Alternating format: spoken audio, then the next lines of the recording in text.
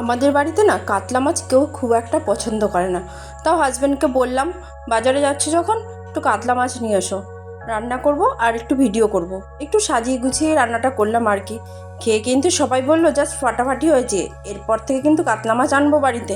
চলো তোমাদের সাথে শেয়ার করি। এখানে আমি পেঁয়াজ বাটা নিয়ে নিয়েছি, একটা বড় সাইজের পেঁয়াজ মিক্সিতে বেটে নিয়েছি, আর এদিকে আদা রসুন লঙ্কা একসাথে পেস্ট করে নিয়েছি। ঝালটা তোমরা তোমাদের পছন্দ অনুযায়ী দেবে। আমি 7-8টা লঙ্কা পেস্ট করে নিয়েছিলাম। আর এখানে 1 চামচ পোস্ত বাটা আর 1 চামচ কাজু বাটা একসাথে মিশিয়ে নিয়েছি। এইদিকে দেখো কাতলা মাছগুলোকে আমি ভালো করে ধুয়ে নিয়েছি। এবার আমি নুন মাখিয়ে নেব। পরিমাণ মতো নুন দিয়ে দিলাম, আর দেব লেবুর রস। কাতলা মাছে দেখবে একটা কেমন একটা গন্ধ আছে, আমাদের নাকে তো লাগে, সেই জন্য না আমি মাছটার মধ্যে ভালো করে লেবু একটু মাখিয়ে নিই, মানে লেবুর রসটা দিয়ে খুব ভালো করে মাখিয়ে নেব, তাহলে গন্ধটা লাগে না। একটা একটা করে মাছ ধরে ধরে খুব ভালো করে আমি মাখিয়ে নিলাম। দেখো এখানে কিন্তু আমার মাছের টুকরোগুলোতে লেবু আর নুন মাখানো হয়ে গেছে। এবার এইদিকে একটা কড়াই নিয়ে নিলাম, কড়াইয়ে সাদা তেল দিয়ে দিলাম। আমি রান্নাতে হলুদ ইউজ করিনি, তাই হলুদ দিইনি।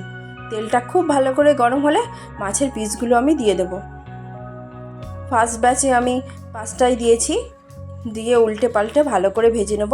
আমাদের বাড়িতে কিন্তু একটু কড়া করে মাছ ভাজা পছন্দ করে, সেইভাবে আমি মাছ ভাজছি। তোমরা যদি অল্প ভাজা পছন্দ করো সেইভাবেই মাছ ভাজবে। দেখো আমার মাছগুলো কিন্তু একদম ভাজা হয়ে গেছে, এবার আমি নামিয়ে নেব। আর খুব ভালো করে তেল গরম হলেই কিন্তু মাছগুলো ছাড়বে, নাহলে কিন্তু মাছগুলো তলায় ধরে যায়। দেখো সেকেন্ড ব্যাচে আমি এই মাছগুলো দিয়ে দিলাম। একই রকমভাবে উল্টে পাল্টে আমি ভেজে নিয়ে নামিয়ে নেব।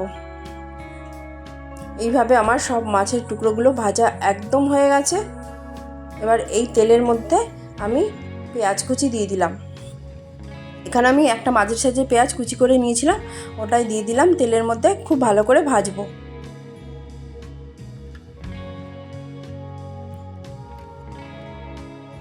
মানে বেরেস্তা মতন করবো আর কি, সেইভাবে আমি পেঁয়াজটা ভাজবো। দেখো আমার পেঁয়াজটা একদম ভাজা হয়ে গেছে।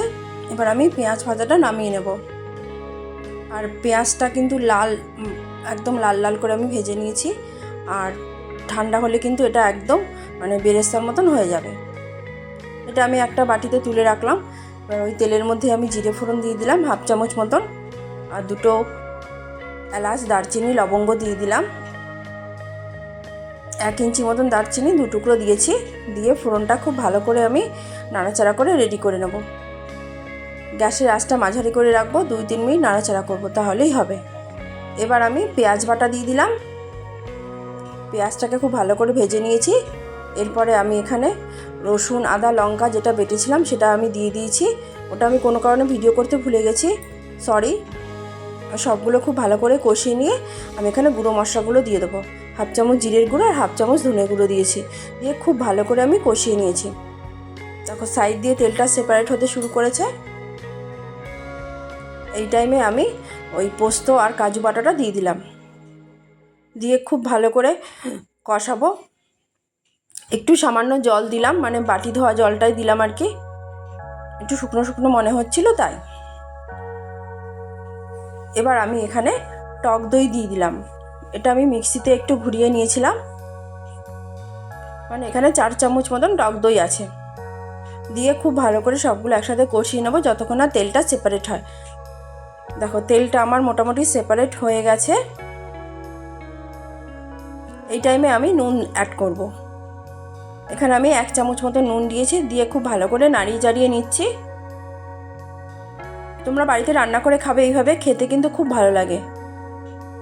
এবার এখানে আমি জল অ্যাড করলাম, মিক্সি ধোয়া মানে বাটির মধ্যে একটু জল নিয়ে সেই জলটা অ্যাড করলাম। এখানে 1/2 গ্লাস মতন জল দিয়েছি, দিয়ে ঢেকে রাখবো।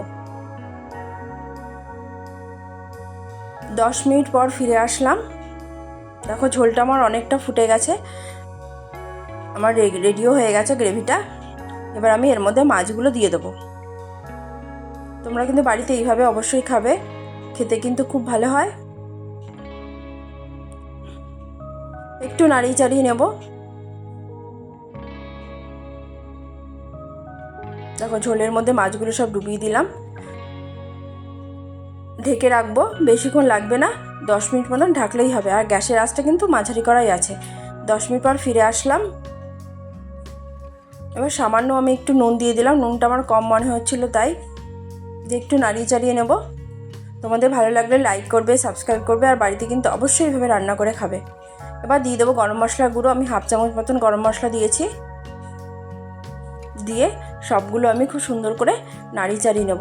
আর যেটা যে পেঁয়াজ বেরেস্তা করেছিলাম তার মধ্যে অর্ধেকটা আমি বেরেস্তা এর মধ্যে দিয়ে দিলাম, আর অর্ধেকটা রেখে দিয়েছি। অর্ধেকটা দিয়ে পরে কি করব সেটা পরেই বলছি। এবার একটু নাড়িয়ে চাড়িয়ে নিচ্ছি, একটু উল্টে পাল্টে মাছগুলো ঝোলের মধ্যে নাড়িয়ে চাড়িয়ে নেব। এবার দেখো গ্রেভিটা কত সুন্দর হয়েছে। আর একটু ঠান্ডা হলে কিন্তু আর একটু ঘন হয়ে যাবে গ্রেভিটা।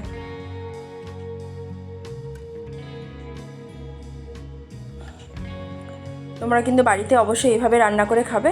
দেখো এবার আমি গ্যাসের আঁচটা বন্ধ করে দিয়েছি। দেখো গ্রেভিটা একদম সেট হয়ে গেছে। এবার একটা প্লেটে আমি সার্ভ করেছি, আর ওপর দিয়ে আমি দেখো পেঁয়াজ বেরেস্তাগুলো ছড়িয়ে দিলাম। ব্যাস।